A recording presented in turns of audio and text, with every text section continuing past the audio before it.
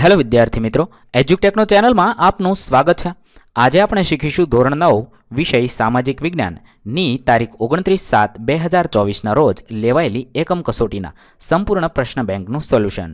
આ solution original solution છે। તો ચાલો શીખીએ ધોરણ 9 સામાજિક વિજ્ઞાનની એકમ કસોટીની પ્રશ્ન બેંકનું સોલ્યુશન।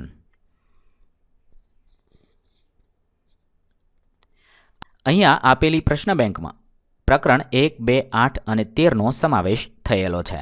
વિભાગ એમાં યોગ્ય જોડકા જોડો। અ વિભાગને બ વિભાગ સાથે જોડવાનો છે। 1 પ્લાસીનું યુદ્ધ, તેને ઈ સાથે જોડીશું। 2 બક્સરનું યુદ્ધ, તેને સી સાથે જોડીશું। 3 વાસ્કો દ ગામા, તેને બી સાથે જોડીશું। 4 નિયામક ધારો, તેને એફ સાથે જોડીશું। 5 ભારતમાં પ્રથમ રેલવેની શરૂઆત, તેને ડી સાથે જોડીશું। 6 ડેલહાઉસી વાઇસરોય બન્યા, તેને એ સાથે જોડીશું। ત્યારબાદ નીચેના પ્રશ્નોના 1-2 શબ્દોમાં જવાબ લખો। અહીંયા 1 ભારતના મુખ્ય ભૂમિખંડનો વ્યાપ કેટલા ઉત્તર અક્ષાંશ વૃત્ત અને પૂર્વ રેખાંશ વૃત્ત વચ્ચે આવેલો છે?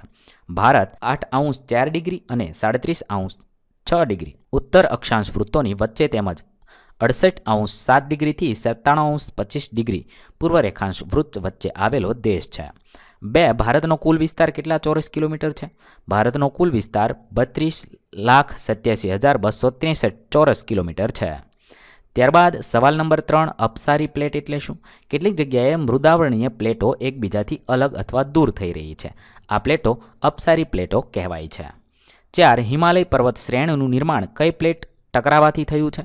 હિમાલય પર્વત શ્રેણીનું નિર્માણ ઇન્ડો ઓસ્ટ્રેલિયન પ્લેટ અને યુરેશિયન પ્લેટ ટકરાવાથી થયું છે। 5 સુએજ નહેર શરૂ થવાથી ભારતને કયો લાભ થાય છે? રાતા સમુદ્ર અને ભૂમધ્ય સમુદ્રને જોડતી સુએજ નહેર ઈસવીસન 1869માં શરૂ થવાથી ભારત અને યુરોપ વચ્ચેનું અંતર આશરે 7,000 કિલોમીટર જેટલું ઓછું થયું છે। તેથી જળમાર્ગે યુરોપ, USA અને કેનેડા સાથે વેપાર કરવામાં સમયની ઘણી બચત થઈ છે। સવાલ નંબર 6 ભારતની મધ્યમાંથી કયું વૃત્ત પસાર થાય છે? ભારતની મધ્યમાંથી કર્કવૃત્ત પસાર થાય છે। નીચે આપેલી ખાલી જગ્યામાં યોગ્ય વિકલ્પ પસંદ કરી ખાલી જગ્યા પૂરો। 1 અફીણના વ્યાપારના કારણે ખાલી જગ્યા અને ખાલી જગ્યા દેશ વચ્ચે યુદ્ધ થયા હતા, જવાબ થશે સી ઇંગ્લેન્ડ અને ચીન વચ્ચે યુદ્ધ થયા હતા। 2 પ્રથમ વિશ્વયુદ્ધનું મુખ્ય કારણ ખાલી જગ્યા સંધિ હતી, તો વાર્સેલ્સની સંધિ હતી। 3 બોલ્શેવિક ક્રાંતિને ખાલી જગ્યા કહે છે, તો રશિયન ક્રાંતિ કહે છે।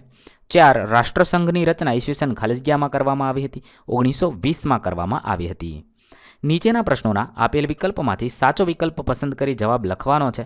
1 ભારતીય બંધારણની મુસદ્દા સમિતિના અધ્યક્ષનું નામ આપો, તો તેમાં લખીશું ડૉક્ટર ભીમરાવ આંબેડકર। 2 ભારતના રાષ્ટ્રપતિ રાજ્યસભામાં વિવિધ ક્ષેત્રના નિષ્ણાંત અનુભવી એવા કેટલા વ્યક્તિઓને સભ્ય તરીકે પસંદ કરી શકે? જવાબ થશે 12। 3 કેન્દ્ર યાદીમાં કેટલા વિષયો સમાવિષ્ટ છે? 97। 4 ભારતનું બંધારણ ક્યારે અમલમાં આવ્યું હતું? 26 જાન્યુઆરી 1950ના દિવસે। ત્યારબાદ વિભાગ બી, નીચે આપેલા પ્રશ્નોમાંથી કોઈપણ 3 પ્રશ્નોના આશરે 15થી 35 શબ્દોમાં જવાબ લખો। 1 ડેલહાઉસીએ ખાલસા નીતિ અંતર્ગત રાજા અપુત્ર અવસાન પામતા કયા રાજ્ય ખાલસા કર્યા હતા? જવાબ થશે ડેલહાઉસીએ ખાલસા નીતિ અંતર્ગત રાજા અપુત્ર અવસાન પામતા જેતપુર, સતારા, સંબલપુર, ઉદયપુર, ઝાંસી, બઘાત, નાગપુર વગેરે રાજ્ય ખાલસા કર્યા હતા। ત્યારબાદ સવાલ નંબર 2 વેલેસ્લીની સહાયકારી સૈન્ય યોજના શા માટે મીઠા જાહેર સામાન હતી? સહાયકારી સૈન્ય યોજનાનો અમલ કરી વેલેસ્લીએ ભારતના ઘણા પ્રદેશો ઈસ્ટ ઇન્ડિયા કંપનીમાં જોડી દીધા હતા, માટે ઉત્તર ભારતમાં અંગ્રેજ કંપનીને સર્વોપરી બનાવવા અને અંગ્રેજ કંપનીની પ્રતિષ્ઠા પુનઃસ્થાપિત કરવા ગવર્નર જનરલ વેલેસ્લીએ અમલમાં મૂકેલી યોજના મીઠા ઝેર સમાન હતી। સવાલ નંબર 3 ડેલહાઉસીએ કયા કયા સુધારાવાદી કાર્યો કર્યા હતા? જવાબ લખીશું ડેલહાઉસીએ ભારતમાં રેલવેની શરૂઆત કરી હતી। તેના સમયમાં ઈસવીસન 1853માં ભારતમાં મુંબઈથી થાણા સુધીનો પ્રથમ રેલમાર્ગ શરૂ થયો હતો। તેણે ભારતમાં આધુનિક ટપાલ પદ્ધતિ શરૂ કરી હતી। તેના સમયમાં ઇંગ્લેન્ડ અને ભારત વચ્ચે તાર વ્યવહાર શરૂ થયો હતો। તેણે ભારતમાં અંગ્રેજી કેળવણીની વ્યવસ્થા કરી હતી। તેણે બાળ લગ્ન પર પ્રતિબંધ મૂકતો અને વિધવા પુનર્લગ્નને છૂટ આપતો કાયદો પસાર કર્યો હતો। તેણે જાહેર બાંધકામ ખાતાની શરૂઆત કરી હતી। તેણે કંપની સરકારના વહીવટમાં પણ ઘણા સુધારા કર્યા હતા। ડેલહાઉસીએ કરેલા ઉપરયુક્ત સુધારાઓ પરથી એમ કહી શકાય કે ડેલહાઉસી સામ્રાજ્યવાદી હોવા છતાં સુધારાવાદી હતો। ત્યારબાદ સવાલ નંબર 4 ભારતમાં ફ્રેન્ચ ઈસ્ટ ઇન્ડિયા કંપનીએ કયા પ્રદેશમાં વેપારી મથકોની સ્થાપના કરી હતી? ઈસવીસન 1668માં ભારતમાં વેપાર કરવા ફ્રેન્ચ ઈસ્ટ ઇન્ડિયા કંપનીનું આગમન થયું, જેણે સમય જતાં માહે, કરાઈકલ, પોંડિચેરી એટલે કે પુડુચેરી, ચંદ્રનગર, મછલીપટ્ટનમ વગેરે પ્રદેશોમાં વેપારી મથકોની સ્થાપના કરી હતી. સવાલ નંબર 5. નીચેના ભારતના નકશામાં બ્રિટિશ ઈસ્ટ ઇન્ડિયા કંપનીના 4 વેપારી મથકો દર્શાવો. તો અહીંયા તમે સુરત, કલકત્તા, મછલીપટ્ટમ અને ચેન્નઈ આ 4 વેપારી મથકો દર્શાવી શકો છો. ત્યારબાદ સવાલ નંબર 6. નીચેના પારિભાષિક શબ્દોની સમજ આપો. પહેલું છે બેવડું નાગરિકત્વ. જવાબ લખી શકાય. બેવડું નાગરિકત્વ એટલે 2 પ્રકારનું નાગરિકત્વ. સમવાયતંત્રી એટલે કે ફેડરલ અને શાસન વ્યવસ્થામાં બેવડું નાગરિકત્વ ધરાવે છે. યુએસએમાં સમવાયતંત્ર શાસન વ્યવસ્થા છે, તેથી ત્યાં દરેક નાગરિક બેવડું નાગરિકત્વ ધરાવે છે. એક યુએસએનું અને બીજું તે પોતે જે રાજ્યમાં વસવાટ કરતો હોય તે રાજ્યનું નાગરિકત્વ ધરાવે છે. ત્યારબાદ લોકશાહી. લોકશાહી શબ્દ મૂળ ગ્રીક શબ્દો ડેમોસ એટલે લોકો અને ક્રેટસ એટલે સત્તા પરથી બન્યો છે. યુએસએના પૂર્વ રાષ્ટ્રપ્રમુખ અબ્રાહમ લિંકને લોકશાહીની વ્યાખ્યા આ પ્રમાણે આપી છે. Democracy is of the people, for the people and by the people. લોકશાહી એટલે લોકોનું, લોકો માટે અને લોકો વડે ચાલતું રાજ્ય. લોકશાહીમાં લોકોએ ચૂંટેલા પ્રતિનિધિઓથી બનેલી સરકાર લોકમતના આધારે અને લોકહિતની દ્રષ્ટિએ રાજ્ય વહીવટ ચલાવે છે. ચૂંટાયેલા પ્રતિનિધિઓ લોકોને જવાબદાર હોવાથી લોકશાહી જવાબદાર રાજ્યતંત્ર કહેવાય છે. ત્યારબાદ સવાલ નંબર 7. ભારતના આમુખમાં કયા આદર્શો જણાવવામાં આવ્યા છે? ભારતના આમુખમાં નીચે જણાવેલા આદર્શો જણાવ્યા છે. ભારતને સર્વભૌમ સમાજવાદી, બિનસાંપ્રદાયિક, લોકશાહી અને પ્રજાસત્તાક તરીકે સ્થાપિત કરવો. દેશમાં સામાજિક, આર્થિક અને રાજકીય ન્યાયની સ્થાપના કરવી. વિચાર, વાણી અને માન્યતાની અભિવ્યક્તિની સ્વતંત્રતા. ધર્મ અને ઉપાસનાની સ્વતંત્રતા.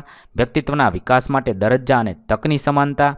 વ્યક્તિના સર્વાંગી વિકાસ માટે ગૌરવની સ્થાપના તથા રાષ્ટ્રની એકતા અને અખંડિતતાને સુદૃઢ કરે એવી બંધુત્વની ભાવના. ત્યારબાદ સવાલ નંબર 8. સાર્વત્રિક પુખ્તવય મતાધિકાર કોને કહેવાય? સાર્વત્રિક પુખ્તવય મતાધિકાર એટલે 18 વર્ષ કે તેથી વધુ વયનો હોય, કાયદા દ્વારા ગેરલાયક ઠરાવવામાં ન આવ્યો હોય અને અસ્થિર મગજનો ન હોય, જેનું મતદાન યાદીમાં નામ હોય એવા ભારતના પ્રત્યેક નાગરિકને ધર્મ, જાતિ, કોમ, શિક્ષણ, લિંગ, જન્મસ્થાન, આવક કે મિલકતના ભેદભાવ વિના આપેલો સમાન અધિકાર એટલે મતાધિકાર. ત્યારબાદ સવાલ નંબર 9. કેન્દ્ર યાદીમાં કેટલા અને કયા વિષયોનો સમાવેશ કરવામાં આવ્યો છે? સંઘ યાદીમાં કુલ 97 જેટલા વિષયોનો સમાવેશ કરવામાં આવ્યો છે. સંઘ યાદીમાં મુખ્યત્વે રાષ્ટ્રીય કક્ષાના સંરક્ષણ, વિદેશી બાબતો, અણુશક્તિ, નાણું અને બેન્કિંગ, તાર અને ટપાલ, રેલવે, વીમો વગેરે વિષયોનો સમાવેશ કરવામાં આવ્યો છે. ત્યારબાદ સવાલ નંબર 10. નીચેના કોષ્ટકમાં ભારતીય સંસદીય પ્રણાલી વિશે માહિતી આપો. અહીંયા છે કોષ્ટક છે એ પૂર્ણ કરવાનું છે. ઉપલું ગૃહમાં રાજ્યસભા જેની સભ્યની સંખ્યા 250 છે, જ્યારે નીચલું ગૃહ લોકસભા છે તેની અંદર સભ્ય સંખ્યા 545 છે. ત્યારબાદ વિભાગ સી. વિભાગ સી અને ડીના પ્રશ્નોના જવાબ લાંબા હોવાથી સંપૂર્ણ પ્રશ્ન હું વાંચીશ નહીં, તમે વિડીયો પોઝ કરી અને જવાબ લખશો. કોઈ પણ 3 પ્રશ્નોના આશરે 60 થી 80 શબ્દોમાં મુદ્દાસર જવાબ લખવાનો છે.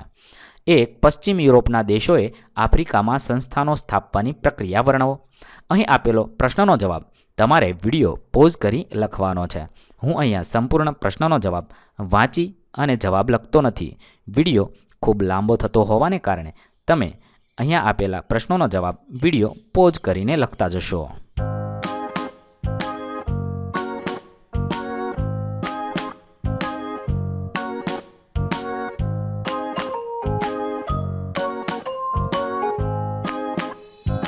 ત્યારબાદ સવાલ નંબર 2. રાષ્ટ્રસંઘના ઉદ્દેશો જણાવો.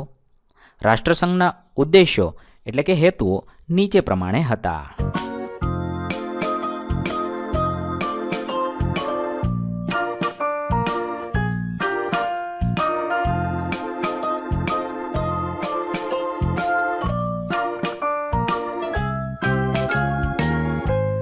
સવાલ નંબર 3. પ્રથમ વિશ્વયુદ્ધ પાછળ કયા કયા પરિબળો જવાબદાર હતા? સંક્ષિપ્તમાં જણાવો. પહેલું છે આર્થિક પરિબળ, તેની અંદર તમે આ મુજબ લખી શકો છો. ત્યારબાદ બીજું લશ્કરવાદ, ત્રીજું જૂથબંધીઓ. આપેલ વિડીયો તમે પોઝ કરી લખી શકો છો. 4. ઉગ્ર રાષ્ટ્રવાદની ભાવના. 5. વર્તમાન પત્રોનો ફાળો. આ બધા કારણો જવાબદાર કારણો હતા. 6. યુદ્ધ અંગેનું તત્વજ્ઞાન. 7. તાત્કાલિક કારણ. આ રીતે પ્રથમ વિશ્વયુદ્ધનું આ બધા કારણો હતા. ત્યારબાદ સવાલ નંબર 4, વર્સેલ્સની સંધિ વિશે ટૂંકમાં માહિતી આપો. વર્સેલ્સની સંધિ વિશે તમે આ મુજબ લખી શકો છો.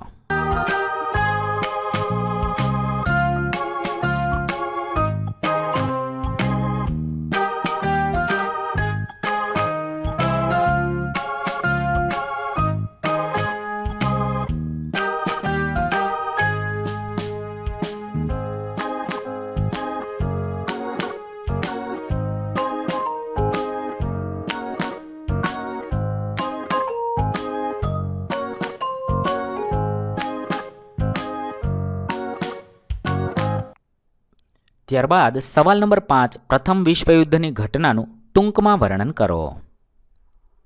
પ્રથમ વિશ્વયુદ્ધ વિશે તમે આ મુજબ લખશો.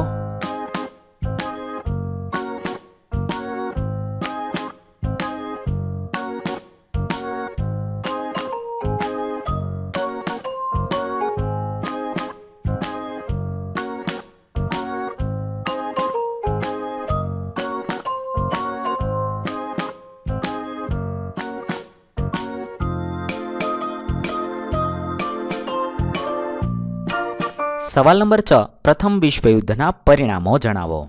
પ્રથમ વિશ્વયુદ્ધના પરિણામો તમે આ મુજબ લખી શકો છો. 1, જાનમાલની હાનિ. બીજું પરિણામ છે સામાજિક પરિવર્તન. ત્રીજું પરિણામ જૂન 1999ની વર્સેલ્સની સંધિ.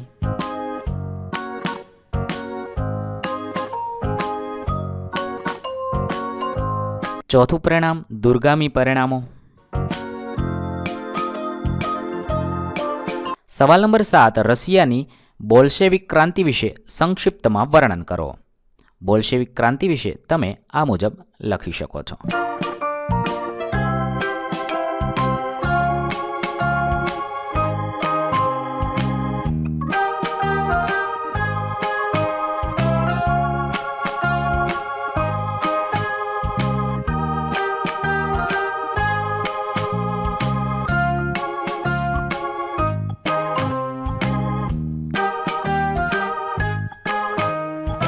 ત્યારબાદ સવાલ નંબર 8, બંધારણના મૂળભૂત લક્ષણો કેટલા છે તેમાંથી કોઈ પણ 2 લક્ષણો સંક્ષિપ્તમાં વર્ણવો. બંધારણના મૂળભૂત લક્ષણો 14 છે. તેની અંદર આપણે 1, અદાલતી સમીક્ષા તથા બીજું દ્વિગૃહી પ્રથા તેના વિશે લખીશું. સવાલ નંબર 9, ભારત એ બિન સાંપ્રદાયિક રાજ્ય છે. વિધાન સમજાવો.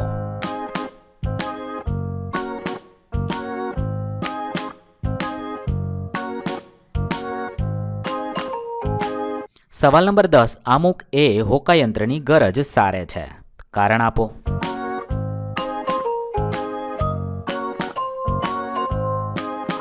સવાલ નંબર 11, ભારત એ લોકશાહી પ્રજાસત્તાક રાજ્ય છે. વિધાન સમજાવો.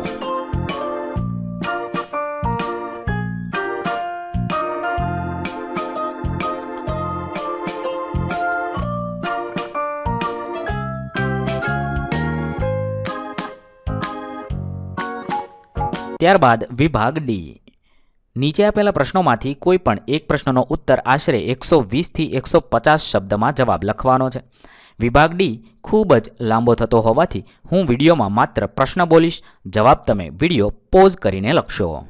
સવાલ નંબર 1, ભારતનું સ્થાન કદ વિસ્તાર વિશે સંક્ષિપ્તમાં વર્ણન કરો. તેમાં સૌપ્રથમ ભારતનું સ્થાન.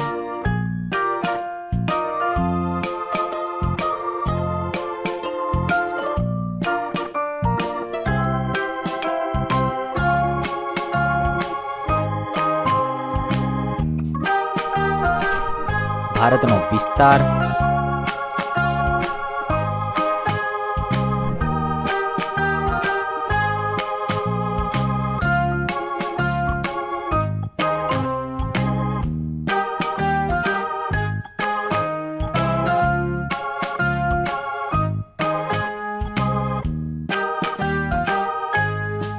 આ રીતે લખી શકો છો.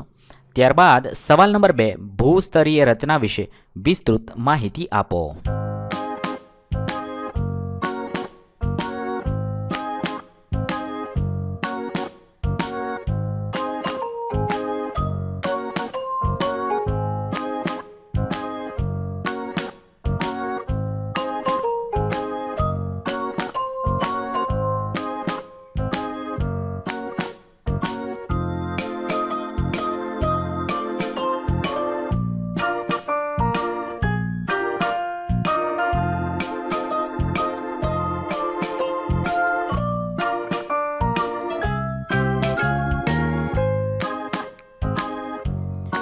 ત્યારબાદ સવાલ નંબર 3 ભારતના રેખાંકિત નકશામાં નીચેની વિગતો આપેલા નકશામાં યોગ્ય સંજ્ઞા વડે યોગ્ય સ્થાને દર્શાવો. આ બધી વસ્તુને તમારે ભારતના નકશામાં દર્શાવવાની છે. આ મુજબ તમે ભારતના નકશામાં કર્કવૃત્ત, અરબ સાગર, લક્ષદ્વીપ, હિન્દ મહાસાગર, પ્રમાણ સમય રેખા, બંગાળાની ખાડી, અંદામાન નિકોબાર ટાપુઓ જે તમે દર્શાવી શકો છો. વિડીયો નિહાળવા બદલ તમારો ખૂબ ખૂબ આભાર. વિદ્યાર્થી મિત્રો, ધોરણ 9ની તમામ એકમ કસોટીના વિડીયો હવેથી આપણી ચેનલ પર ઉપલબ્ધ કરાવવામાં આવશે. તેથી આપણી ચેનલને અત્યારે સબસ્ક્રાઇબ કરી. થેન્ક યુ દોસ્તો.